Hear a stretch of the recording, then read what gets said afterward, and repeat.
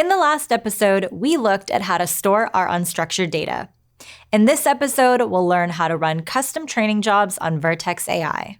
I'm Nikita, and this is Prototype to Production, where we go from notebook code to a deployed model in the cloud.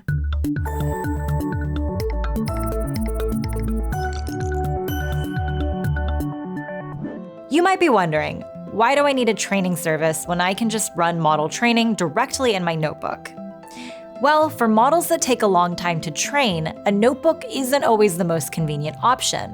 And if you're building an application with ML, it's unlikely you'll only need to train your model once. Over time, you'll want to retrain your model to make sure it stays fresh and keeps producing valuable results. Manually executing the cells of your notebook might be the right option when you're getting started with a new ML problem. But when you want to automate experimentation at scale or retrain models for a production application, a managed ML training option will make things much easier. Not to mention, Vertex AI training comes with additional features like hyperparameter tuning, distributed training support, and integration with other parts of Vertex AI. Running a custom training job on Vertex AI is done with containers. Don't panic if you don't know a whole lot about containers or Docker. I'm going to show you exactly what you need to know.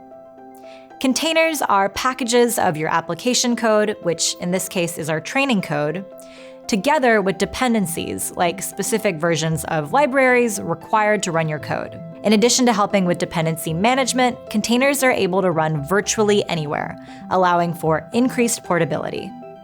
Docker is the tool we'll use to create these containers.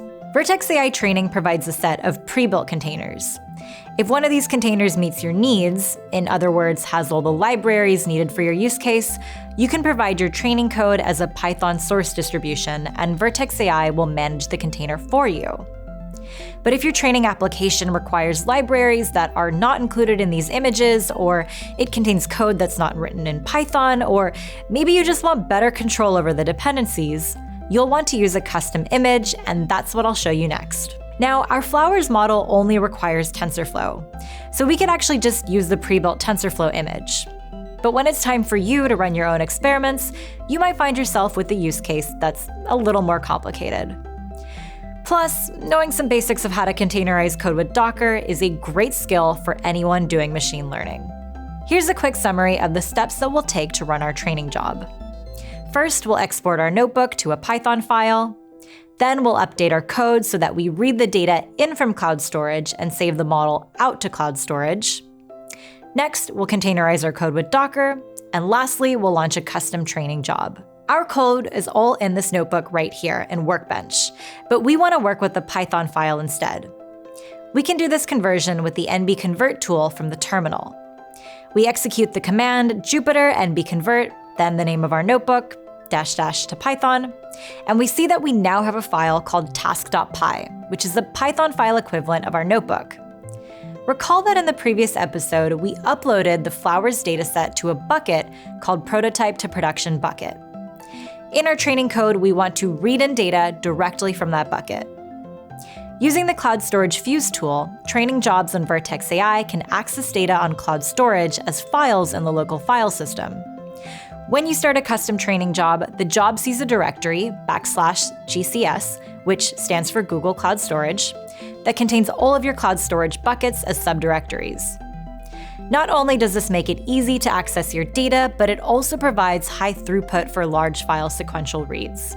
So to access the images in our bucket, all we need to do in our code is set the path of our data directory to be /GCS/ the name of our bucket /flower photos.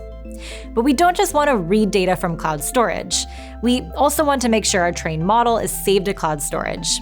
That way we can access it later for deployment and predictions. You might be used to calling model.save and passing in a local path. When we launch this training job, it's going to run on a machine we won't have access to after the job completes. So we don't want model.save to be a local path. Instead, we want it to be a path in cloud storage. So let's update our model.save path to the name of our bucket /model output, which will update our save model artifacts to the same bucket in a different directory. Okay, our training code is ready, so it's time to containerize it. Let's return to the terminal and structure our application. First, I'll create a directory called flowers, and within that, a directory called trainer. Trainer is where all of our training code will go, so I'll move the task.py file there. Then, from the root of the flower directory, we'll create our Dockerfile. Let's review what we just did. Our application looks something like this. Remember, all of our training code is in the trainer directory in the task.py file. In this example, we only have one Python file in our trainer directory, but for a more realistic example, you would likely have additional files. Maybe you've got one called data.py, which handles data preprocessing, and one called model.py, which just has the model code, etc. In our Docker file, we'll write a series of commands, which is what the Vertex AI training service will execute. Let's take a deeper look at the syntax. The from command specifies the base container image, which is the parent container that the container we create will be built on top of. As our base container image, we'll use the TensorFlow Enterprise GPU Docker image since it comes with all of the packages we need. The workdir command specifies the directory in the container where subsequent instructions are run. The copy command copies the trainer code to the Docker container image, and if you wanted to add any additional libraries, you could use the run command to pip install. But we don't need anything additional for our example here. Lastly, the entry point command sets up the entry point to invoke the trainer. This is what we'll run when we start our training job. In our case, that's executing the task.py file. And that's it. With this formula, you know enough to start writing Docker files for your training code. Now that the Docker file has been written, we need to build our container and push it to Artifact Registry, which is a place for storing container images in Google Cloud. We'll start by defining the path in Artifact Registry where we want to store the container image. Then we can call Docker build, and when our image is built, we'll push it to Artifact Registry. If you missed any of these commands, don't worry, I've written them all out in the code lab linked below. Once the image is pushed, we'll be able to see it in the console under Artifact Registry. Again, this container image has all of our training code and the dependencies that we need. So now we're ready to launch our training job.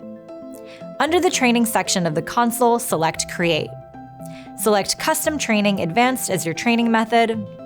Give your model a name.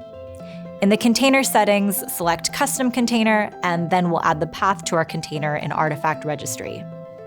We specify our compute, and we'll skip the prediction container step for now and do that in the next episode. Finally, we click Start Training. If you'd like to learn how to launch training jobs using the Python SDK instead of the UI, check out the code lab linked below.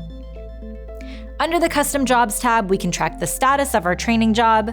We can click on the name to see the details on the configuration, and when it's finished, we can see the logs. We'll also see the saved model artifacts here in our cloud storage bucket. In this episode, we talked about the benefits of a managed training service and walked through the steps required to train custom models on Vertex AI. In the next episode, we'll use this model to get low latency predictions with the Vertex AI prediction service. Be sure to check out the code lab linked below, which provides detailed instructions on everything we covered today.